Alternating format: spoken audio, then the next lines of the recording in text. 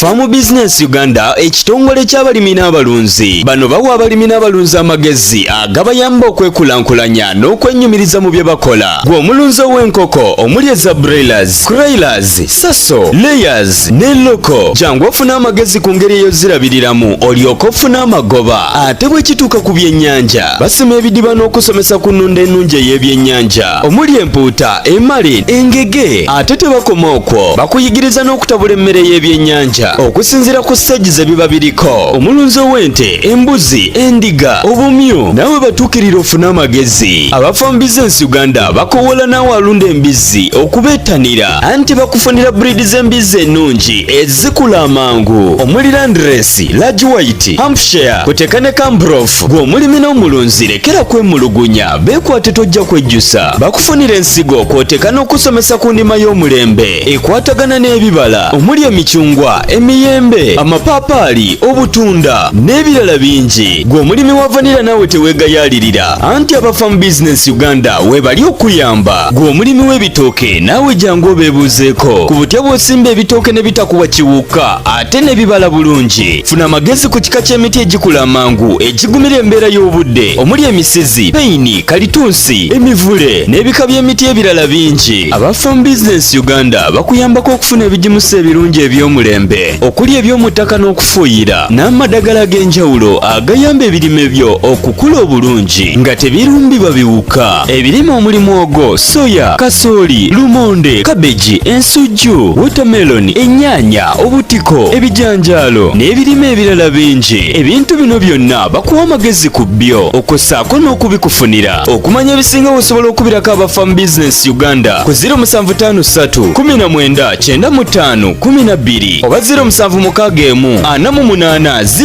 0004. Osobola n'obafunira ku WhatsApp ku 0752 83 84 89. Farm Business Uganda, farmer to farmer, mulimi ku mulimi.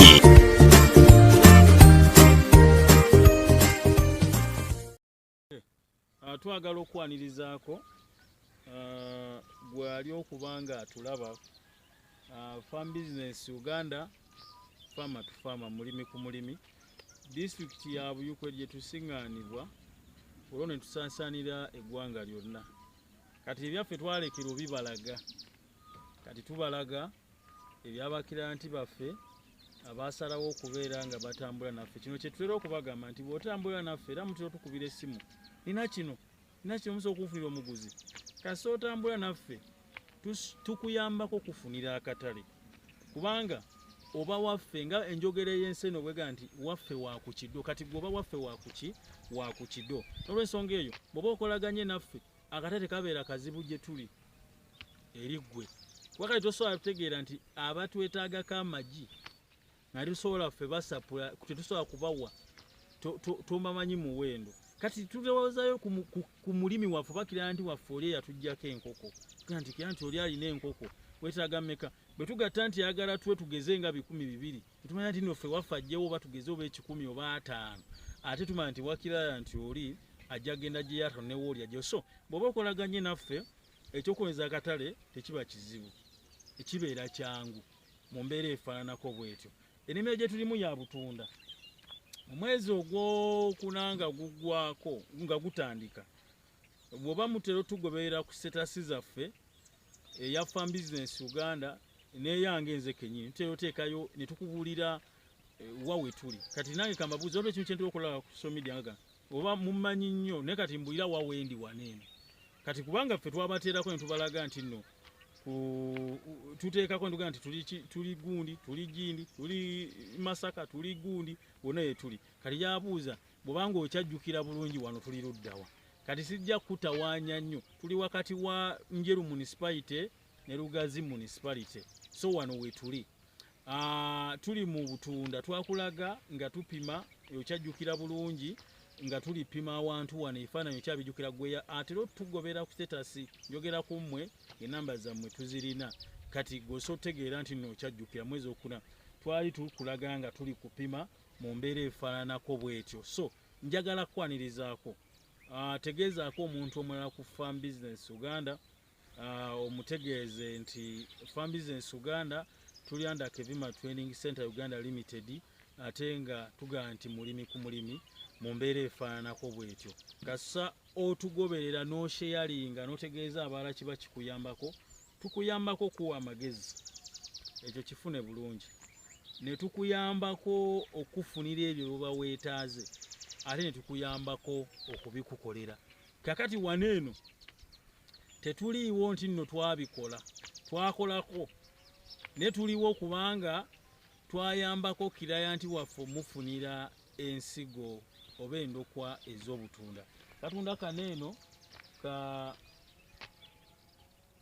koli okubanga olaba katunda kaffe temuyita ak'emasaka oba kemuyita Naalongo tukyogere bwe tutyo mu mbeera efaananako bwetyo akatunda kaneeno kabala era kaliko enjawulo wakati wa kali grafted kano kuba tekaba grafted oli kubanga oli kitegeera kati ketwaleeta ano kati omulabi waffe oba gwe omugoberezi waffe wa Farm Business Uganda oba gwe ayagala oyingira mu kalunda oba gwe eyali akalimyeko naye ne bikusala kubanga mwe mwenna tubafuna nava mu katunda nalima kika bwe kiti ekizibu kiyinza obutava ku kika ky'olimye ekizibu ne kibifuuka nga kiri ku gwe kennyini ng'olina okwezuula ne weetegeera n'omanya nti nno kineeno ekika kye nnina okulima oba kino ekika kye nnina okubanga nnunda mu nsonga ziri ez'okulunda naye ekikulu kye tulina okutegeera oba okusookerako kwe kunoonya amagezi n'otayingira mu kintu nakukyamuka mbadde mbagamba ne vidiyo gye twali twakamala okubawa nti waliwo omulimi omu omulunzi waffe omuyajja nga alina ekiro ky'okulunda bingi zino ensolo zammwe oba ze tuyita empunu ne mugamba nti tandika n'ensolo 3 ye n'alabanga nzatta ebirooto bye no mba siri kutta birooto byo naye mba njagala nzimba experience eno otandika katugeze n'ensolo 3 n'ogenda ng'ozimba ku kyoto kyo kubanga gw'ogamba nti nina okubeera n'ensolo 150 ku faamu kati ekyo kyekirooto kyo naye kino nkulaga nti ogende ng'ozimba experience ng'ozimba obukugu ng'ozimba obumanyi obeere ng'osobola okubeera ng'otuuka ku kiri eri oli kubanga okitegeera tuli wano 5 ku 10 mbadde njoga ne kirayanti waffe nangamba kakati nkubuulireko kakati wano namazo waneeno nafuniddewo experience ngenda teeka eka eri jambuulidde gwe gy'otamanyi gy'okulaba oli kukitegeera nti teyasookera ku kiri kingi teyasooka nti kantandike ne eka no yanoonya experience kirungi nnyo bw'obanga toyingirangako mu mulimu gwonna n'osooka n'onoonya experience tubeerenga abayindi omuyindi oba omunakkenya nga ze Uganda waneeno tubalabye bw'apangisa awantu oba okukolera awaawo omwaka guno ogumu gumala omusetinga ku peesi era tateekamu nnyo omwaka ogumu gumala kuggwako n'alyoka ayongera okuteekamu ng'alabye bw'abanga alabye bimusaze akomaawo oli kubanga okitegeera kati mbadde ndi kugamba nti noonya amagezi omusajja omu yatugamba nti ky'omanyi waliwo akimanyi okusinga kakati kino kankibagambe tulina abantu abamu abalimi oba abalunzi nga twefuula nti tuli bagezi nnyo kati njogera kuffe abali mu system naye kimanye nti n'oyo gw'olabanga ata ali wansi wo kubanga gw'olundira mu bungi asobola okubaako ettondo ly'amagezi ly'asobola okwongerako ku faamu ye yennene gy'olaba oba ku nnimiro ye yennene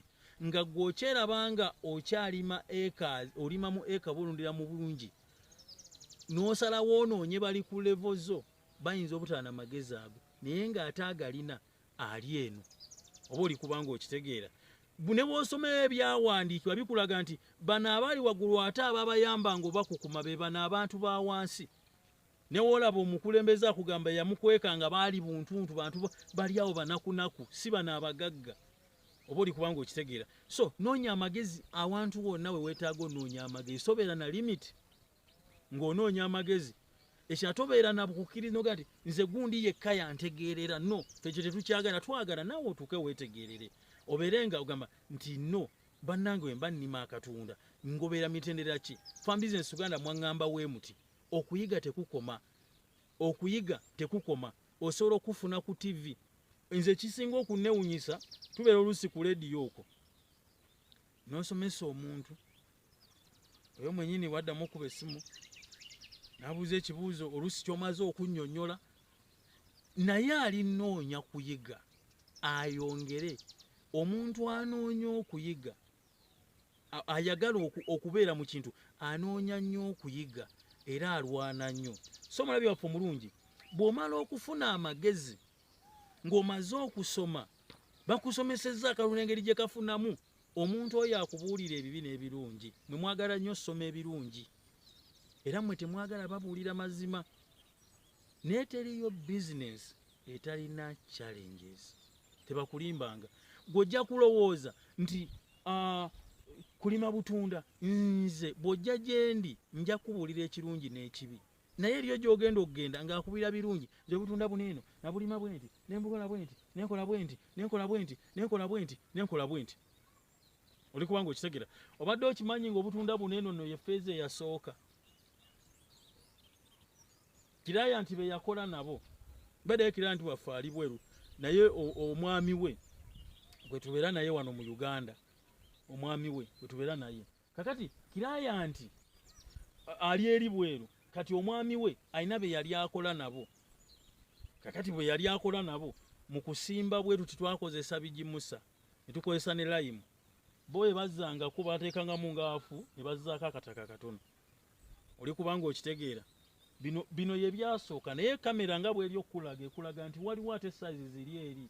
Oli kubanga oziraba kati kyaleetera obutunda buno nga twali tubusimbye nga bwe baali babusimbye bo bwali busimbiddwa okubeera nga bujja. Kati bino ebimu bye byalwana. Oli kubanga okitegeera noonya nnyo amagezi mu nsonga ez'okulunda bw'omala beera mu malirivu. Eri abantu abaagala tubakake ekyo ky'owulira tubenga abakikuweekako obuweesi nedda. Bw'obanga oyingidde mu kulima akatunda beera mu malirivu mukko kubanga eri bizinesi bw'obeera olubuto ani akuyamba olukusitulira gwali weesitulira ne lukukola ne lukuliisa ettaka ly'okutooyi ne lukola ki naye ng'otuuka oyagamba nti njagala malenzaale. Kakati abamu singa Kirayanti ono yalaba kineeno yandimaliza agamba kansooke mpummule mu nkite teyandibadde tatuukiza. Teriyo bizinesi etalina challenges. Omukozi asobola okukutomeza oba oyo akuwadde ekyo ky'oba weetaaze okusuubuza n'akutomeza. Nade ndaba omwana yagenda kugula oba ndowooza pampu epampinga ettaka amazzi ne bamuwa kicupuli naye yasigala alemerako. Kakati ng'omaze okufuna amagezi omaze okugayingiza bw'oti kati nfunyeeko kati beera mu malirivu. Bw'oyingira mu kito kivaamu kino okulima tolina tosobola kunjija mu kulima. Omulimu gwe neeragira gwe mmanyi obudde bwe ŋŋenda wiiki ewedde osomebwa mulira ba mwaka ki naye tuli mu mwezi gwa mwenda. Wiiki ewedde nali nina gye ndi ogenda nga nti no kankolere wanawe nze ayeeragira nze ayeetuma. Leero sibadde na ku pulogulaamu ejja waneeno teyali ku pulogulaamu ya wiiki. Kakati tewali asobola kunjija mu kulima kubanga kiki mu kulunda kubanga kye nayingiramu nkyagala nkiwuliramu emirembe. Bizinensi eno gyagale gifuule mukwano gwo gifuule mukwano gwo akyasinze. So bw'onaamala okola ekyo kigenda kubanga kikoya kati manya wa soma tokyamuka. Abamu tusoose bw'omala osoma iyo bakeera nti ajja ekyandisembyeyo naba nga kyasoosezza.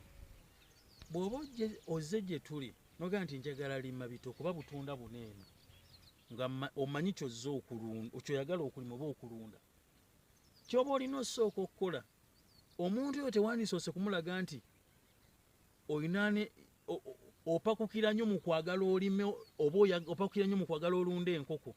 Wandisoose muga njagala kunsomesa nfune amagezi mu nsonga ez'okulima oba n'ensonga ez'okulunda.